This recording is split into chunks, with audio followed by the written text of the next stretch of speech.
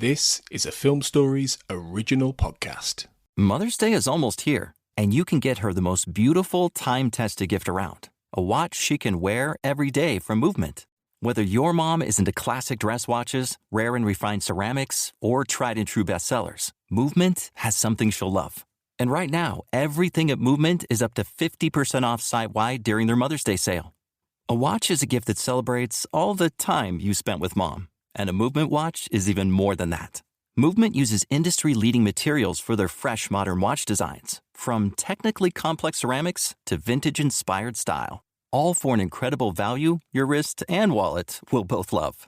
And with one-size-fits-all convenience and fast free shipping and returns, it's a stress-free shopping experience. Save big on the best Mother's Day gift ever with Movement. Get up to 50% off site-wide during their Mother's Day sale at mvmt.com. Again, that's up to 50% off at mvmt.com.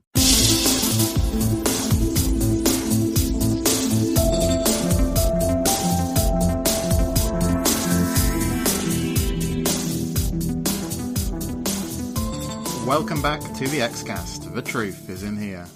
I'm your host today, Carl Sweeney, and this is our Mailbag episode, our listener feedback episode for episode 6 of season 11, Kitten. And joining me today is Clara Cook. Hello, Clara. Hi, Carl. How are you? Yeah, I'm pretty good, thanks. And, how's it going? I think the last time we spoke was for episode 2. So how are you getting on with season 11? And also, what did you make of Kitten, just in a nutshell? I'm really enjoying season 11, I have to say. I still have some doubts as to why we're watching season 11, because I'm not quite sure what the point of another series is at this stage. But I am actually enjoying it just from a nostalgic fan point of view. I have to say I did kind of enjoy Kitten, partly because I love seeing Skinner on the screen, but there were some serious problems with it, and I think actually probably a lot of the listeners and the mailbag is going to address that. So, yeah.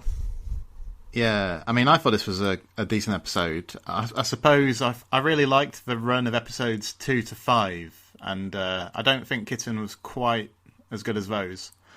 But I thought it was decent enough, and a lot of the feedback says something similar. Let's start today. What I've done is taken some messages from our Facebook group, like the discussion thread there for Kitten.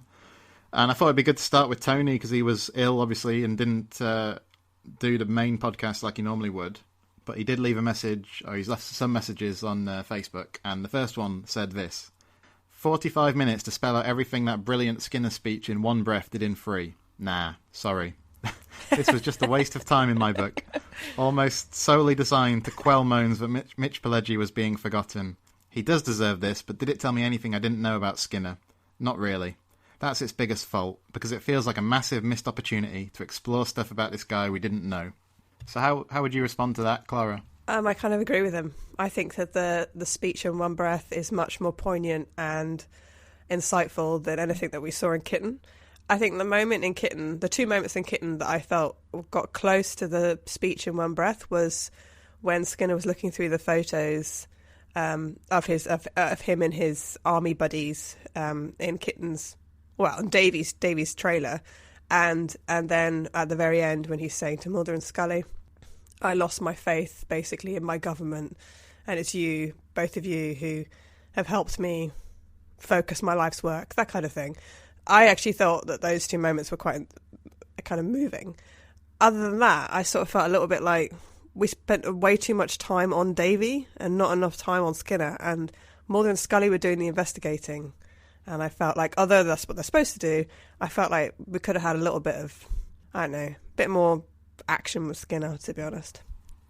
I didn't really want any more Skinner, to be perfectly honest, because, no, I don't mean that in a bad way. What I mean is that the way the series has chosen to define Skinner is that there isn't much more to him than meets the eye, and So the way I feel about it in a way is that it's kind of like when a married couple renews their wedding vows. It's kind of it's not strictly necessary, but it can be kind of pleasant. So I thought that revisiting Skinner and having another look at some of the stuff that's constitutes his backstory, I thought, yeah, maybe we didn't exactly need it, but it wasn't. It felt worthwhile-ish. Do you know what I mean? I felt like they didn't give young Skinner enough to shine. Like, the actor that was playing Skinner with hair, 19-year-old Skinner, we didn't really get a sense of his character at all. So Skinner talks about how he was young and idealistic and he signed up and, I suppose, to defend his country and all that kind of thing. But we don't really get a sense of that from the actor playing young Skinner. So even Kitten, I say even Haley Joel Osment's character, even his character in the flashbacks is getting more acting and coverage than Skinner, which I was kind of annoyed about. But yeah, I mean, I could have lived without those Vietnam sequences, to be honest. And I think if you took them away, you could have done more about the conspiracy itself or something. But I mean, they weren't bad. Like Tony says, I think that Skinner talking about the thing where he shoots the guy or shoots the young boy, that was very powerful, and so the scene didn't really add too much to it, I didn't think. But anyhow, let's move on. Yeah, we'll do a couple more negative ones. And Demijan Omaragic says, I'm not going to lie, I didn't like this episode much. It had some okay moments, and that's that. Definitely my least favourite after Forehead Sweat, and that's all I'm going to say about it. Aside from some quality directing, the rest was quite mediocre. And Adam Silver says, I'd put it above Forehead Sweat, but I didn't love it either. There were good parts, especially Skinner stroke Pelleggi at the end, but not consistently. Oddly, there was too much Mulder and Scully and not enough of either young or old Skinner. Nice Kirsch cameo, still the same asshole. And yeah, what did you make about seeing Deputy Director Alvin Kirsch for again? I feel sorry for the actor because I think it was completely wasted cameo. I mean, it's a waste of screen time. It's a waste of film. It's a waste of dialogue. I don't know how long that scene would have taken those three actors to film, but if it took a day or something, I mean, it would have been a whole waste of their day because he doesn't tell Mulder and Scully anything about Skinner. He doesn't tell them anything they don't already know. I think they already know that their careers have damaged, like Skinner's career, that their presence at the FBI. I mean, Mulder kind of implies that in earlier series, so I think it's incredibly naive that both of them are like, wow, you mean Skinner hasn't progressed to like the head of the FBI because he's been backing us up all these years? And that's just ridiculous to me. Also, he sort of says something like, you have to go find Skinner, but I can't tell you where to find him, and I can't tell you why I need you to find him. I'm like, great. And also, he's the same, like you said, he's the same arsehole. He hasn't changed at all from the truth. And in the truth, he makes a decision to choose a different side.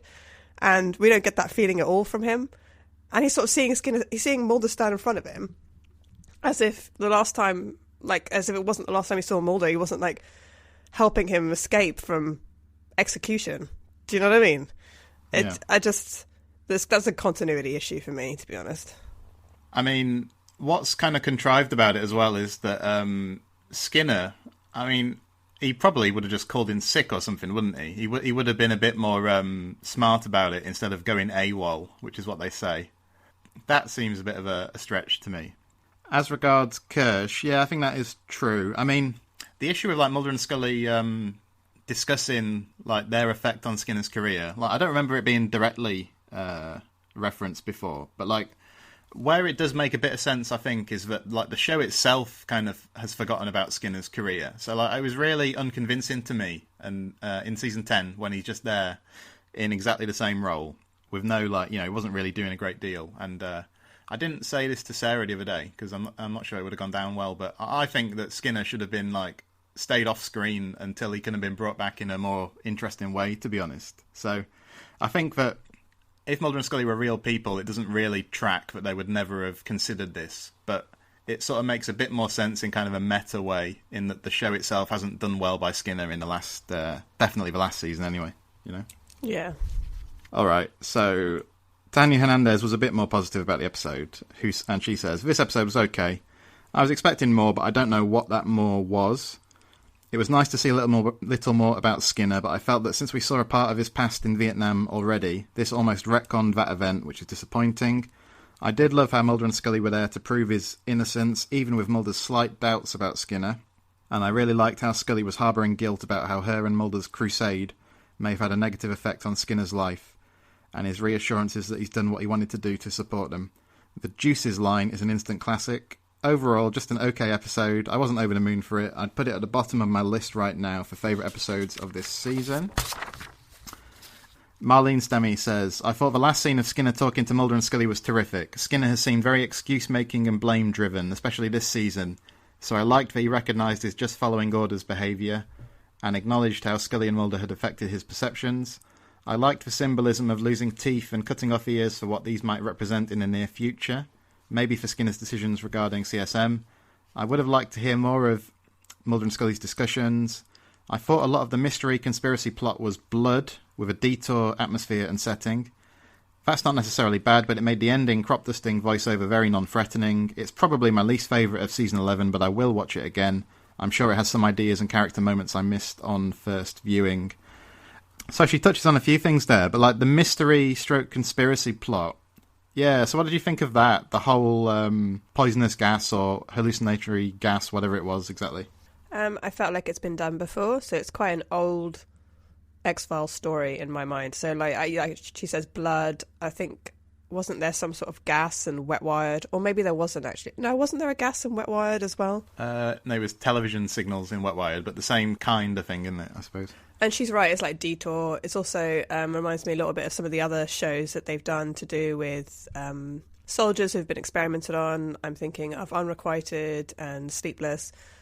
So I wasn't massively interested in the background story. And when Davey has his little speech where he makes about people being experimented on and his father being experimented on, I did kind of phase out during that. I think I was wondering what music they were playing in the background and why they were playing that music, and it was so distracting. And if that print behind Davey was actually a print of David Duchovny, I literally phased out. I stopped listening altogether. But I guess it's a solid storyline as a background storyline for a storyline about the Vietnam War. And it's also a solid storyline to do for Skinner, you know, the idea of soldiers being experimented on. That's not really what he talked about in One Breath, though. In One Breath, he talked about more of a outer-body experience, like something religious or spiritual. He didn't talk about being experimented on. And I think it confounds me that he wouldn't have ever mentioned Kitten, stroke John, to Mulder all these years, and he never would have mentioned this poisonous gas or this hallucinogenic gas to Mulder at any point over all these years. I just don't buy it. So, in a way, it didn't make a huge amount of sense, if you see what I'm saying. It did lead to some very good gruesome deaths, though, so... Yeah, I mean, it definitely was, like, reminiscent of some older stuff. It didn't necessarily break much new ground, did it? I don't know about Skinner, because, I mean, he's such an he internalises a lot of stuff, I feel like. So, I mean, clearly they've just kind of invented this for this episode. You know, this hasn't been something that's kind of been planned all along, but... I don't know. It didn't seem to erase, you know, it doesn't seem to radically reshape that stuff from One Breath in a way that would, like, ruin the scene in One Breath if you go back and watch it again, I don't think. But I mean, about, in terms of, like, something supernatural happening for Skinner during his time in Vietnam, I mean, they could have gone a lot of different directions. You know, they could have done something to do with Vietnamese culture, or they could have done, well, I guess X-Files doesn't have a good history of talking about different cultures, does it really? But they could have done something a little bit different. Maybe even something a little bit more esoteric, a little bit more weird. The idea that soldiers being experimented on in war just seems, well, I guess it's believable, but it just seems very cliched to me. Yeah, maybe. I think what it does do is it kind of fits in with the kind of overarching themes of the season, I suppose, like altered perception, that kind of thing. Yeah, no, I see what you're saying, though. And let's press on, then. So, Edin Dumasic says, quick reaction, Kitten was okay. The premise is intriguing, vibe is properly old school, Kirsch is a hard ass, but I find the ending to be quite anticlimactic. I was really expecting the monster to be incorporated more in the final act, at least to add some visual flair, which I think is a good point. And the best part to me is the final Skinner speech. That is such a nice scene, and I do like that they address Skinner's status quo. Kitten had potential to be even more creepy, and to me it doesn't quite live up to that potential, but it was still a good watch. 6 episodes in, and no stinker in sight.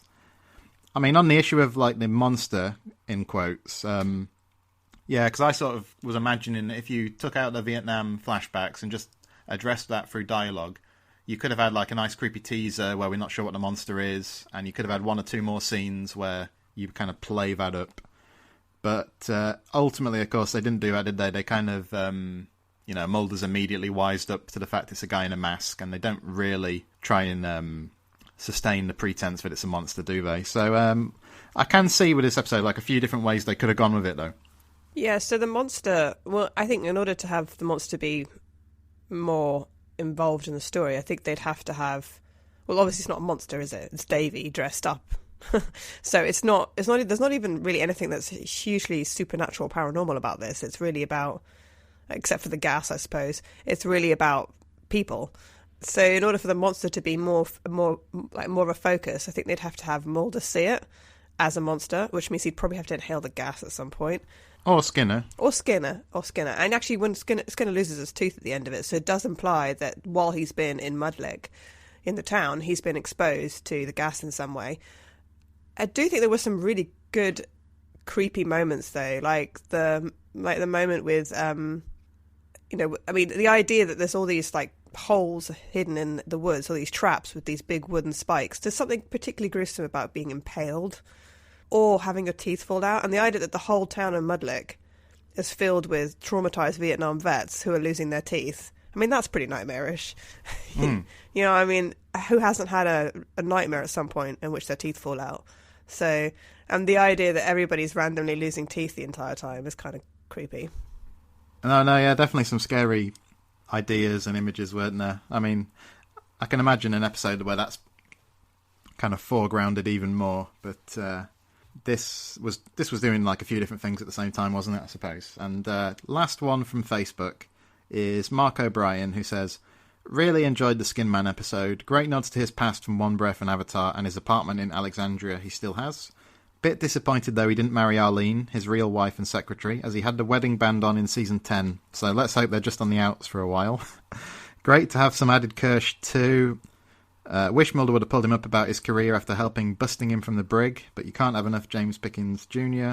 Haley Joel Osment played two great roles and loved Skinner's committal at the end. Keeping in line, he's really Mulder and Scully's patron, even though he can sometimes be compromised. And loved the nod to blood at the end with the chemtrails. I mean, I've seen a few people pick up on the issue of the chemtrails, and that sort of conspiracy theory about chemtrails is one that's I've not spent a huge amount of time reading up on, to be honest, like in the real world. I don't know if you have, Clara, at all. No, I have a friend, though, who is like a environmental... how would you describe him? He's like an environmental researcher for a government agency. And I mean, I know that people who are suspicious will probably say, well, he's biased. But every time chemtrails are mentioned, like, he just looks pained because he's like, there's no evidence at all for chemtrails. So that's the only thing I know about it, really, is that if you want to piss him off, the quickest way to do it is to like whisper the word chemtrails at him, and he's like, no. I mean, he gets upset the same way if you mentioned that you think the world is flat or something. Like he freaks out. So I think it's a conspiracy theory that's not founded in any truth. Whereas in this, the second episode of this series, the building that they go into is a real building in New York, and that all the sort of the local telephone and internet usage gets fielded through that building. So it's quite possible that the NSA is actually spying on people's phone calls. I mean, we all know they're doing that anyway. The government does check up on our privacy is pretty much shot. So that's kind of a conspiracy theory that could be based in truth. I think the chemtrails is probably not. No, that's my impression too. And like I say, I'm not massively informed on it, but the little I have heard is that this is a bit more far out as a conspiracy theory, and some people have said doing something like this just gives it a bit of credence, which is unfortunate. So I guess it just feels a bit more like a generic kind of government conspiracy. But like you say, the one in episode 2, that kind of thing seems a bit to hit the mark a bit better, I think. Anyway, that's all I was going to pick out from Facebook. So people, if they want to, can join our Facebook group, of course, which is X-Files Basement on over there. And there's lots of discussion, after each episode and between episodes. But let's head to Twitter and see what people were saying there. So, Kathy G says, "This was a good X-Files episode, but not a great one, but I loved learning more about what motivates Skinner. Mitch hit it out of the park with his final monologue, and I liked that Mulder and Scully were working as a team." MKB said it was a good solid X-File. Mitch and Haley Joel Osment were great. Good to see Skinner's backstory fleshed out, and reminded me a lot of early X-Files conspiracy theory episodes. The last shot reminded me of Red Museum. I mean, the word solid comes up again and again here. What about Haley Joel Osment then? Because somebody I hadn't seen on screen for quite some time, and he gets this kind of dual role, doesn't he? Interestingly, where he plays the older... Well, like, he plays Kitten and he plays Davey. I mean, what did you make of his performance? I thought it was really good. I think he's a very... Mother's Day is almost here, and you can get her the most beautiful time-tested gift around. A watch she can wear every day from Movement. Whether mom's into classic dress watches, rare and refined ceramics, or tried-and-true bestsellers, Movement has something she'll love. And right now, you can save big on the best Mother's Day gift ever with up to 50% off site-wide during Movement's Mother's Day sale at MVMT.com. Again, that's up to 50% off at MVMT.com. Very good actor. I just saw him in a pilot for an Amazon Instant pilot, Amazon Prime, I think it was, in a show, I think it was called Oblivion, and he was in that, and he was really good. I didn't mind him playing both the father and the son. I know that a few people have said there was too much of him on screen. I think there was more of him on screen than there was of Mitch Pileggi, so I would have liked to have seen more Mitch Pileggi.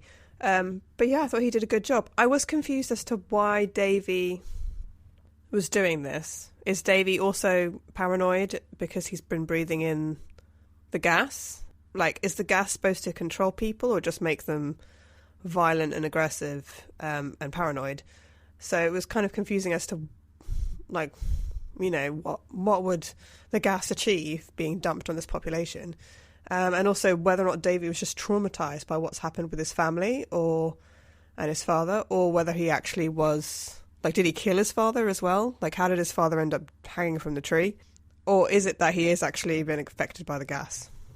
Yeah, I think that was all left a bit indistinct, wasn't it? A bit undetermined. And I've watched the episode twice, and like, if the answers to those questions are in there, I'm not sure I picked up on them, certainly. And I guess maybe I took it that...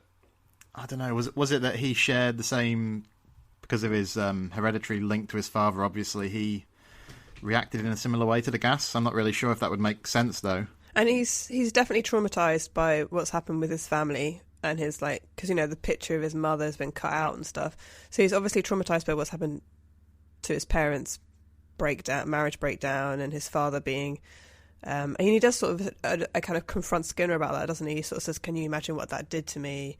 You know, seeing my father behind glass and like basically in a mental institution.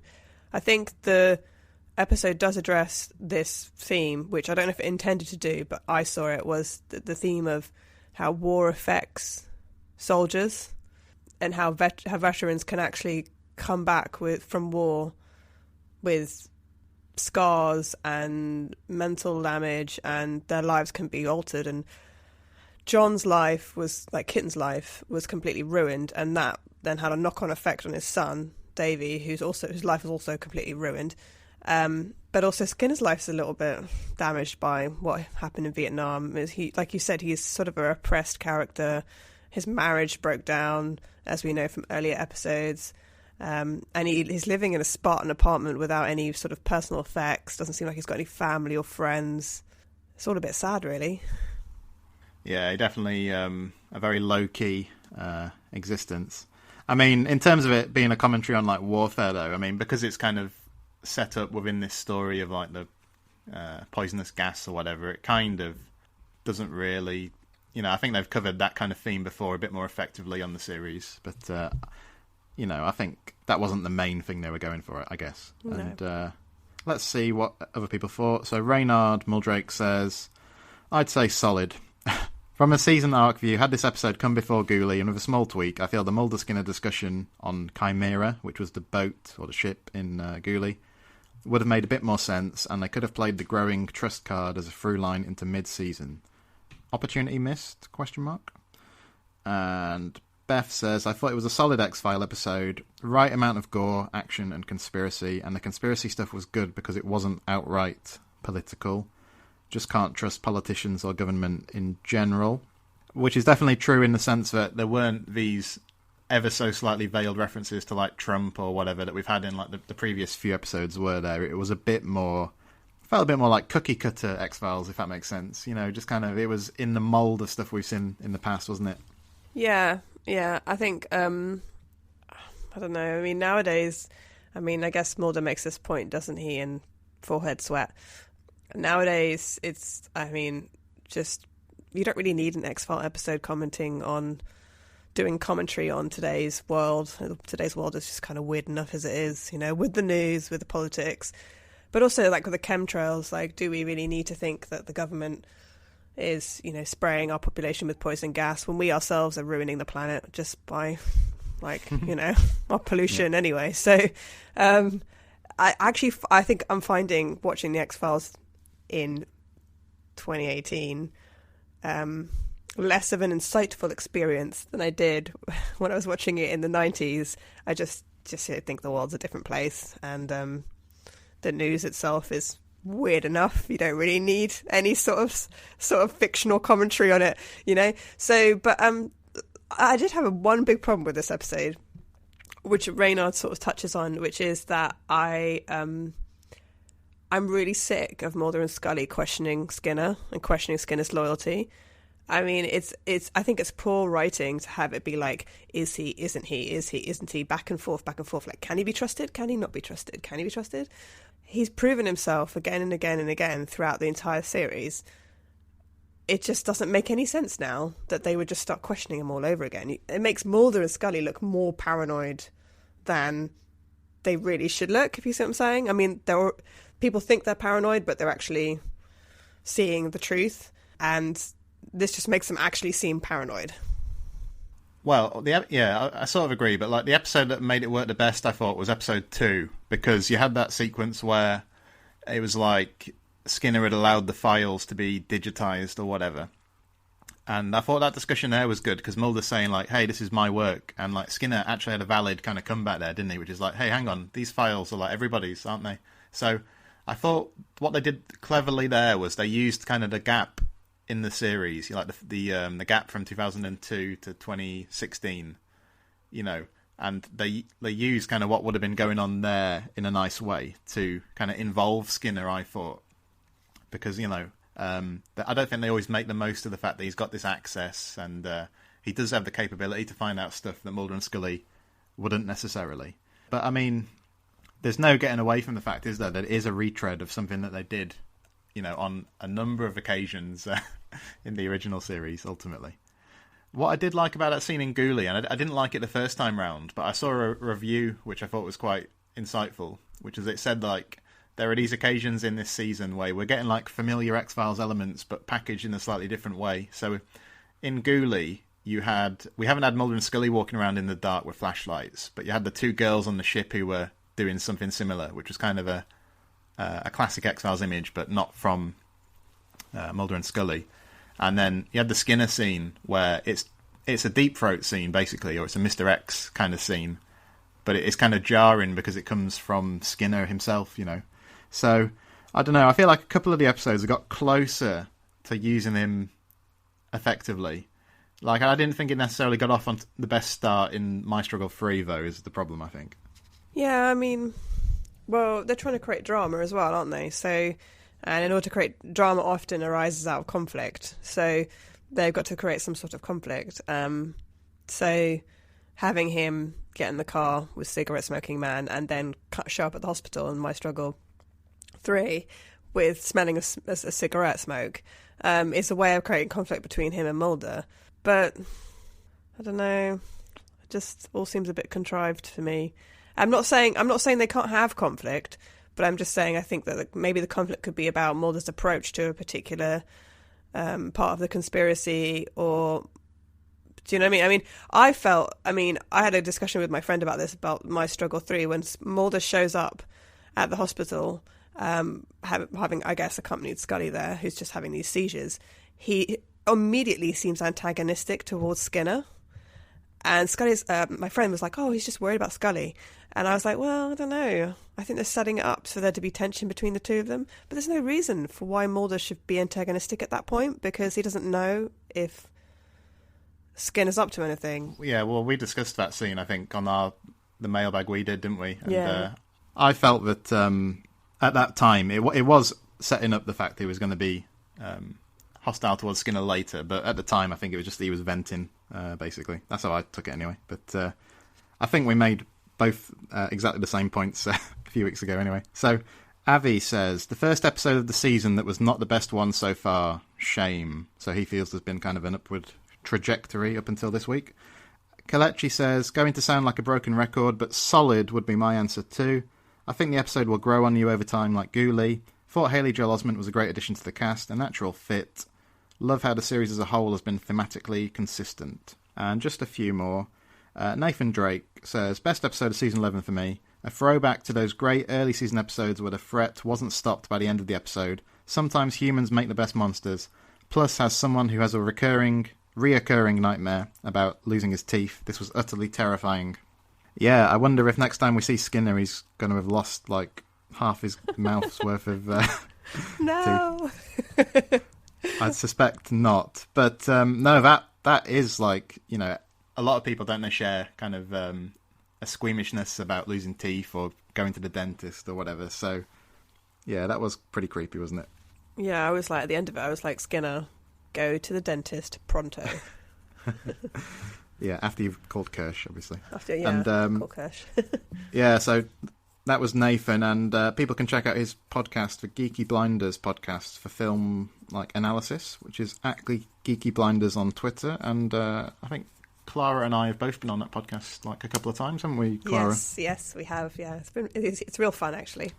Right, 2 more messages. Christian Villacorte says, can't help comparing it to the X-Files comic book Skinner backstory by Joe Harris. Interestingly, they both delve into his Vietnam tour of duty. The comics has more of the X-Files feel, though, than the Kitten episode. Still, it was decent as an old-school ep.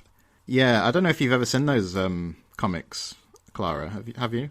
I haven't, actually. I haven't read them. I am curious. I'm curious to read them now that the Audible books come out, though, because the audiobooks are based on that, aren't they? Yeah, the audiobooks are based on, like, the first run of comics Joe Harris did. This one that Christian's talking about came along a bit later. Yeah, it was kind of a comparable story in some ways, but I know Christian seems to think the comics did it better, and I know Tony said the same thing too, so it was worth a look anyway. And last message for today from Kaylee, who says, it was great to finally know where Skinner stands and that we can trust him. He's like the best big brother you could ever ask for. We needed that reassurance that he's on Mulder and Scully's side. So I suppose that's the discussion. That's the question, though, isn't it? Like, did we need this? And I'd sort of expected, I said this to Sarah, I sort of expected that, well, first of all, when I found out episode 5 was going to be about William, I thought, well, they're going to address the end of My Struggle 3 at this point. But obviously that didn't happen, but I did like episode 5. And then when I knew that next episode was a Skinner episode, I thought, okay, it's probably going to end with Skinner telling Mulder and Scully about what he was told by the cigarette smoking man. And that hasn't happened, obviously, has it? So I know when we were talking about My Struggle 3, we were saying we hope he doesn't go on too long, that Scully and Mulder are in the dark about William's, you know, the questions raised over William's parentage. But here we are, it's episode 6, and it still hasn't been readdressed directly, has it? So, well, maybe Skinner doesn't think it's true, and he doesn't want to cause Scully any pain. Yeah, I think that's a good point, and I think Mitch Pileggi is playing the kind of like, he's kind of like weighed down by this burden, it seems like. But yeah, I mean, the story as a whole, do you think it was a necessary one, Kitten? No, not really, no. I really enjoyed aspects of it, though. That's the thing. It's hard for me to say that I wish it hadn't been made or hadn't been included, because there are parts of it, like, it is well directed. There's parts of it that are really interesting. The idea of, like I said, of this town of traumatized Vietnam vets is quite interesting. Obviously, it's interesting to have more of a Skinner-centric episode. And then there are little moments about it that I really liked. Like, at the very end, when Mulder says, "We're with you," He doesn't even need to ask Scully, like, hey, do you want to support him in this? He just knows, and the two of them just know that they're both going to be with him. Like, for as much as they have suspected Skinner, they're very loyal to him, and they actually are quite trusting. And he you can kind of see in the last scene the admiration that he has for them, knowing the stuff that they've sacrificed in this pursuit for the truth and to uncover, wrongdoings. I actually think that's kind of a nice scene, and that's definitely something that should be shown. So that's why, in a way, I'm willing to accept the episode even just for that scene. We haven't talked about it, but I do actually really like the idea of some of the deaths and the sheriff. I mean, I'm kind of surprised why we spent so much time on the sheriff, but he had quite a prominent role, and it's kind of like a return to those X-Files episodes where in the past where the pacing's a bit slower and the storytelling takes its time a bit more, and there's these sort of like small characters that have a chance to shine, so like a quirky sheriff or like a random hunter in the woods, like the guy who was talking about hunting with his friend and talking about his teeth falling out, or Trigger. Was it Trigger? Yeah. Trigger. Yeah. I like how they referred to Skinner as the eagle, like a bald eagle. I thought that was kind of cool. And I did like seeing Skinner, sort of the vulnerability in his face when he's looking through the photos and how desperate he was to try and help John. And I also like the fact that him and Mulder ended up in a big hole together, and that neither of them could get themselves out of that hole, and it was like Scully that actually saved them. I thought that was kind of cool. I did question how Skinner managed to survive being impaled by a stake. I mean, I guess it missed his vital organs, but I mean... No, I think we needed like another shot or something where we see him starting to get himself off that, because it seemed kind of abrupt that you go from him like flat out, don't you, on his back, struggling, and then the next time we see him, he's up, and I don't know, it felt like something needed to bridge that. I don't know. Well, he grabs hold of it, so I suspect that they cut it for time. I suspect there is a scene with him trying to pull the stake out of his side. Yeah, or maybe for graphicness. Yeah, or for graphicness, yeah. Yeah. No, I think, it didn't really come up too much in the feedback, did it? But that procedural investigation aspect of it, to this episode, was pretty effective, I thought. And like you say, the sheriff kind of gets a few scenes. At least he wasn't like one note, is what I liked. That he's pretty helpful until they kind of start to withhold stuff from him, which I thought kind of rang true. And I liked that he wasn't just like adversarial from the get-go, And they're also very polite. Like, I noticed that Scully said sir a lot to a lot of the characters. Like, they're very polite to everybody they meet, and they haven't been like that in previous episodes in the series, going way back. I mean, and I also think that the scene where Mulder and Scully leave Davy's house, Mulder realizes that Davy knows Skinner, and in the past, I wonder if he, like a young, impulsive Mulder, would have pulled out his gun and been like, tell me where Skinner is, but this Mulder is, like, he's concerned, and he doesn't want anyone to get hurt, so he makes them leave, and then he comes back quietly. Yeah, that was clever, I thought. Oh, that was effective. Yeah, I'd just sum up. I think I would probably say this kind of like a 3-star-ish episode out of 5, does the job fairly well. It's never going to be one that jumps onto anyone's top 10s, I don't think, apart from perhaps the most like diehard of Skinner fans, maybe. I mean, maybe a slight dip in quality from the previous few episodes, but nothing to be ashamed of, certainly, and let's hope they're back on top form for episode 7, I guess. So thank you, Clara, and in the meantime, if people want to look you up online, whereabouts are you? So you can find me on Twitter at ClaraJeanMC. And just head over there and tweet me to say hi if you have something to say about this episode. Great stuff. Thank you very much. And people can find us on Patreon. If you want to support the podcast financially, you can choose to do so by going to patreon.com/thexcast, and all the information there is there about what we're offering. And you can find us on Twitter at @the_X_cast. You can find us on Facebook. If you type in Xcast, you'll find us, and you'll find our page, and you should find X-Files Basement, the Xcast podcast fan group. But until next time, everyone, trust no one. The Xcast, an X-Files podcast, is produced and presented by Tony Black. alongside a dedicated group of podcasters and X-Files fans. You can find us on Twitter at the Xcast, and on Facebook if you type in the Xcast, or at our group X-Files Basement, an Xcast podcast fan group, where you can continue the discussion about all things Mulder and Scully. If you want to support the Xcast further, you can now subscribe and become a patron of the show on Patreon.